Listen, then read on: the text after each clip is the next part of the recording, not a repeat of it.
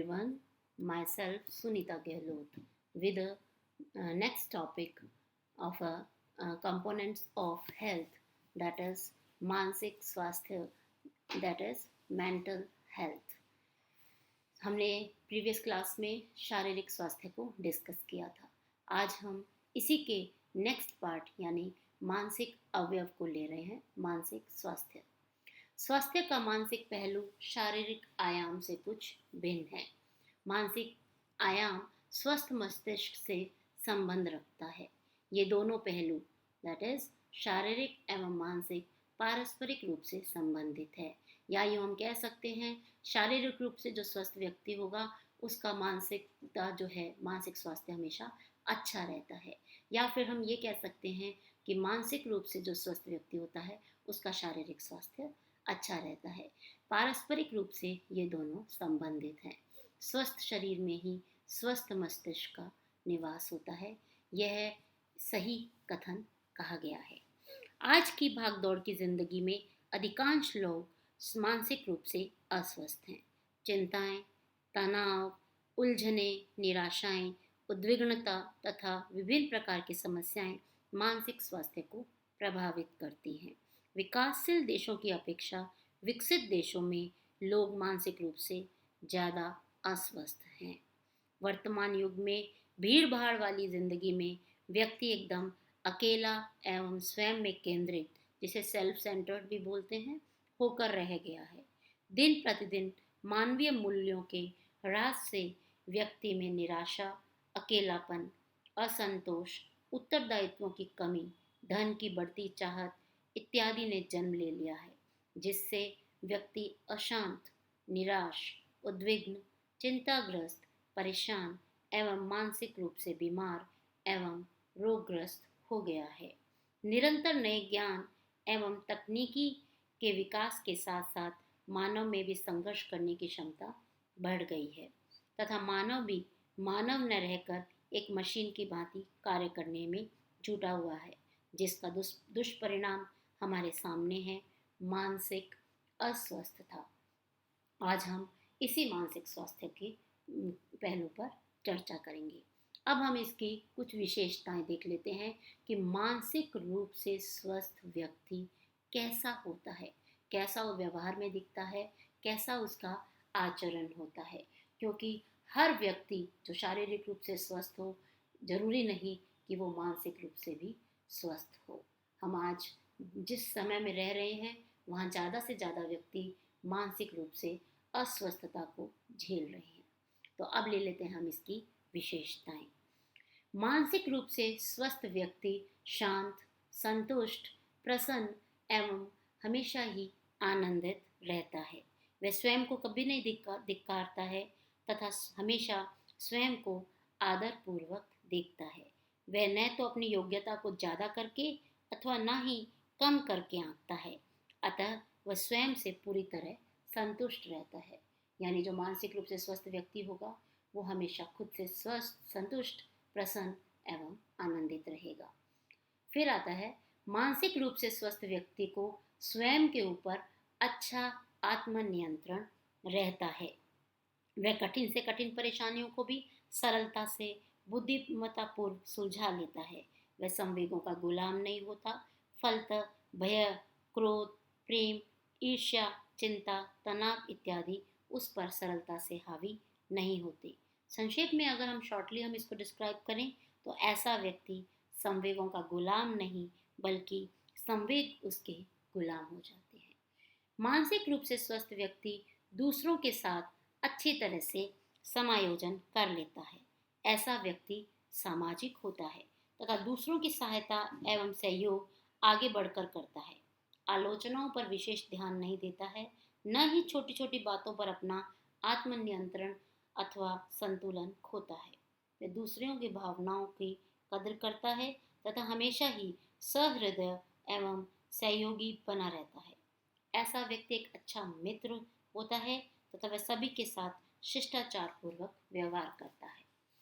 Next, मानसिक रूप से स्वस्थ व्यक्ति में निर्णय लेने की विलक्षण क्षमता होती है. वह परेशानियों से घबराता नहीं है बल्कि परेशानियों को शांत चित्त होकर ठंडे दिमाग से सुलझाने का प्रयास करता है, यानी उसका जो डिसीजन पावर है वो बहुत अच्छा माना जाता है। मानसिक रूप से स्वस्थ व्यक्ति बदलते वातावरण के साथ आसानी से स्वयं को समायोजित कर लेता है, यानी वो एक एडजस्टेबल नेचर का होता है। मानसिक रूप से स्वस्थ व्यक्ति कभी अकारण दूसरों को परेशान नहीं करता है, बल्कि स्वयं को उनके साथ सुव्यवस्थित तरीके से समायोजित कर लेता है। कहने का मतलब है कि वो किसी से बेकार में लड़ाई झगड़े नहीं करता है, तर्क वितर्क नहीं करता है। मानसिक रूप से स्वस्थ व्यक्ति आंतरिक संघर्षों से मुक्त रहता है।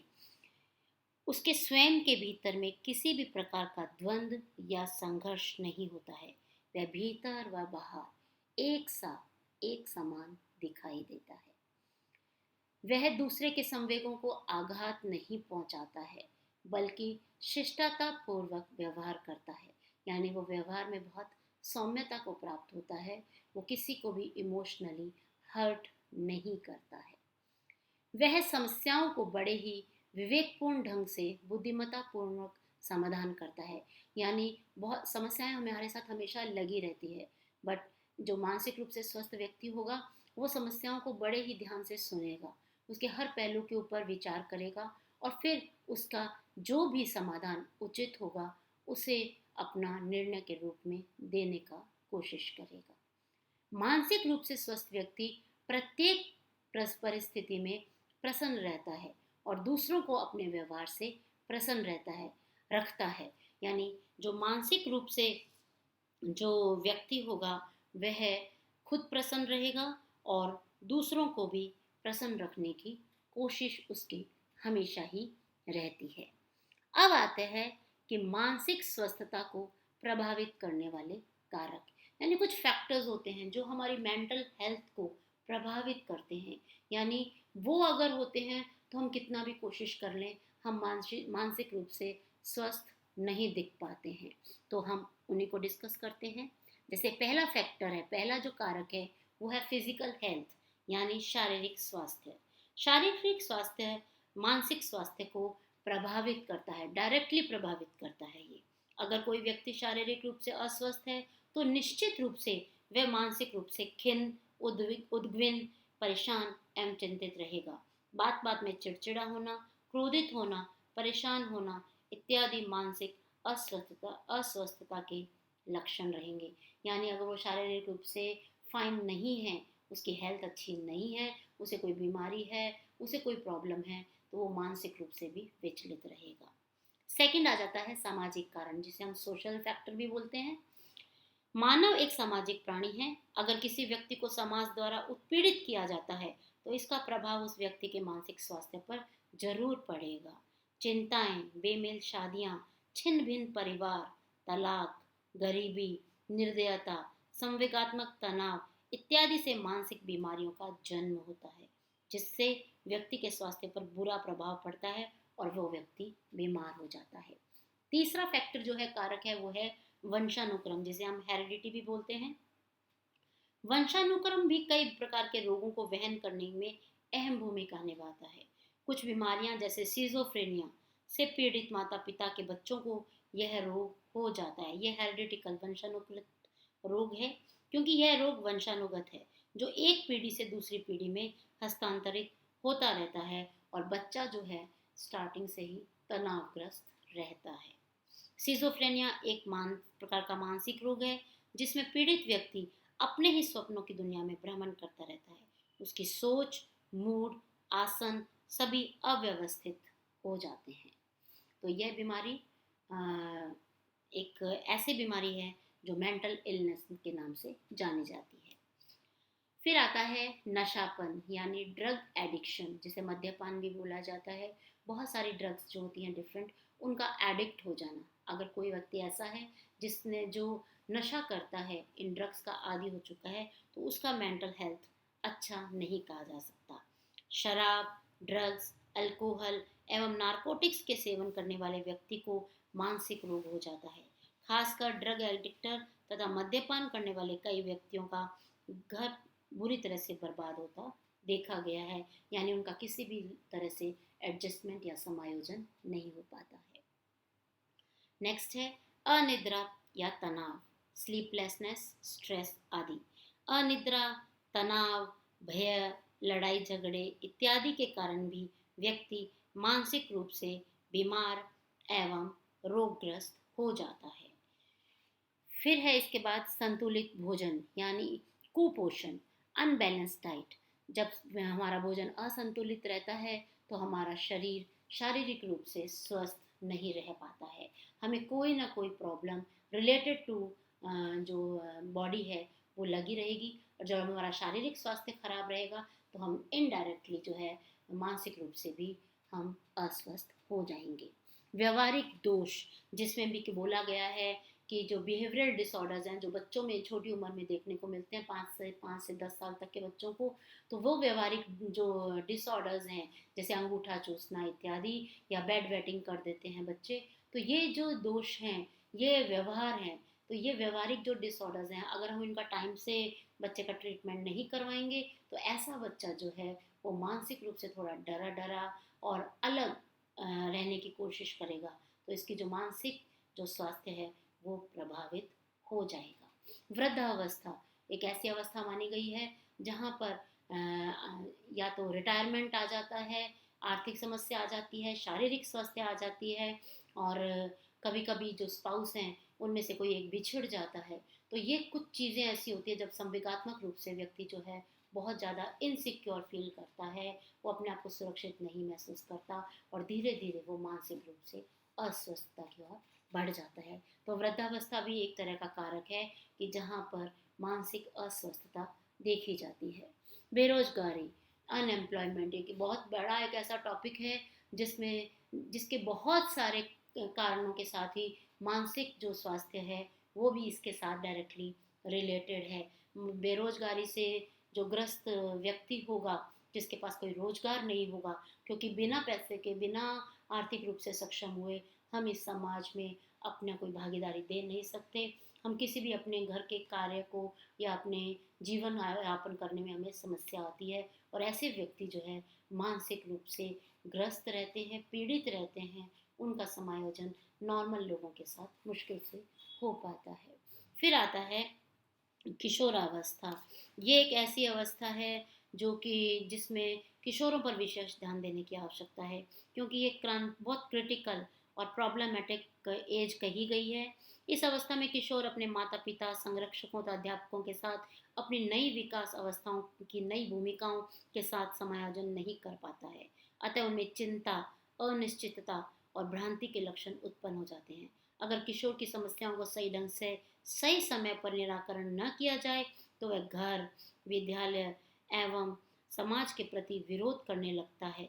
अतः किशोरावस्था को तूफान एवं तनाव, स्ट्रॉम एंड स्ट्रेस की संज्ञा भी दी गई है। इस आयु में उसके शरीर और ग्रंथियों में परिवर्तनों के कारण संवेगात्मक यानी इमोशनल स्ट्रेस भी उस बच्चे के साथ बहुत हो जाता है, बहुत बढ़ जाता है, और ये डायरेक्टली जो है उसकी मेंटल जो हेल्थ है उसको डामाडोल कर देता है। वो मेंटली जो है बच्चा डिस्टर्ब रहने लगता है, वो अपनी बातें दूसरों के साथ शेयर करने में घबराता है। तो इस अवस्था को भी बहुत ही टिपिकल होती है ये अवस्था, और हमें बहुत अच्छे से इस अवस्था को बच्चे के साथ टैकल करना चाहिए, उसकी समस्याओं को हमें समझने की कोशिश करनी चाहिए। तो ये थे कुछ कारक जो कि हमारा जो मेंटल हेल्थ है जो कि उसको प्रभावित करते हैं। मानसिक स्वास्थ्य जो है को प्रभावित करते हैं। मानसिक स्वास्थ्य को जानने के लिए एक व्यक्ति को स्वयं से कुछ प्रश्नों के उत्तर पूछने चाहिए।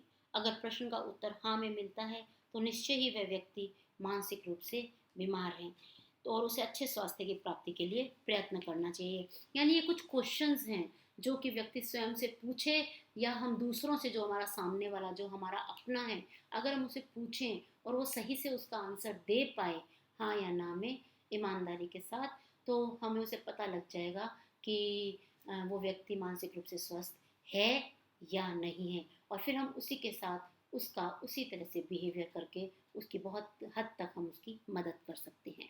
जैसे ये प्रश्न इस तरह से हैं, जैसे क्या आप अकारण ही परेशान एवं उदास रहते हैं? हाँ या ना? क्या आप छोटी छोटी बातों में अपना संतुलन खो देते हैं? क्या आप हमेशा चिंतित रहते हैं? क्या आपको नींद नहीं आती है? क्या आप अकारण भयभीत रहते हैं? क्या आप लोगों का साथ देना कंपनी पसंद नहीं करते हैं, यानी आप अकेला रहना पसंद करते हैं? क्या आप कार्य करते समय स्वयं को केंद्रित नहीं कर पाते हैं, यानी आपका कंसंट्रेशन लेवल लो है? क्या आप हीन भावना से ग्रस्त रहते हैं, यानी आपने हमेशा कॉम्प्लेक्स रहता है कि सामने वाला जो है मुझसे ज़्यादा अच्छा है?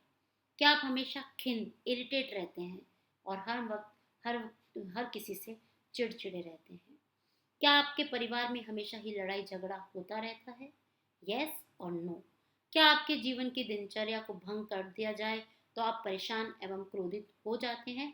जैसे इसको इस तरह से समझ सकते हैं कि अगर बाई चांस हमारे घर में कोई रहने आ जाए, कोई हमारा रिलेटिव आ जाए और आपको अपना कमरा उसको शेयर करना पड़े, तो हम एकदम से अगर देखा जाए तो व्यवहारिक तौर पर, तो अगर हम उसको, हमारी जो दिनचर्या है, हमारा रूटीन है, वो एक तरह से डिस्टर्ब हो गया है, तो सामान्य तौर पे देखा जाता है कि हम इसके लिए एकदम से मानसिक रूप से तैयार नहीं हो पाते हैं और हम रिएक्ट कर देते हैं। तो इसका भी उत्तर हाँ या ना अगर है तो आपको समझने की कोशिश करनी चाहिए। क्या आपको सिर, कमर, पेट, पीठ, पैर इत्यादि में दर्द एवं पीड़ा रहती है? यानी साइकोलॉजिकली हम इतने इफेक्टेड रहते हैं कि हमें अपने लगता है कि हमारा कभी सिर दर्द हो रहा है, कभी हाथ, कभी पाँव, यानी हमारी पूरी बॉडी में कहीं ना कहीं पेन होता रहता है। क्या आपके परिवार वाले किसी भी कारण को लेकर आपको परेशान करते हैं? क्या आपको छोटी छोटी बातों को लेकर पत्नी, यदि आप पुरुष हैं तो, या पति यदि आप स्त्री हैं तो परेशान करती हैं? क्या आप हमेशा यह सोचते हैं कि आपने जो किया है वह सही है तथा दूसरे लोग गलत हैं? हमेशा अपने आप को राइट मान लेना भी हमारी मानसिक अस्वस्थता का प्रतीक होता है, क्योंकि सामने वाला हमेशा गलत नहीं होता है। क्या आपका विचार हमेशा ही बदलता रहता है? ये एक बहुत बड़ा पॉइंट है कि हम अपने विचारों पर दृढ़ नहीं रहते हैं। एक बार आपने जो चीज़ बोल दी है, क्या आप उस पर स्थिर रहते हैं या नहीं? स्टेबिलिटी जो है वो यहीं से पता चलती है कि हम मेंटल रूप से स्टेबल हैं या नहीं। क्या आप हमेशा ही स्वप्नों की दुनिया में भ्रमण करते रहते हैं? हमें यथार्थ में जीना चाहिए। स्वप्न जो है वो हमें गाइड जरूर करते हैं।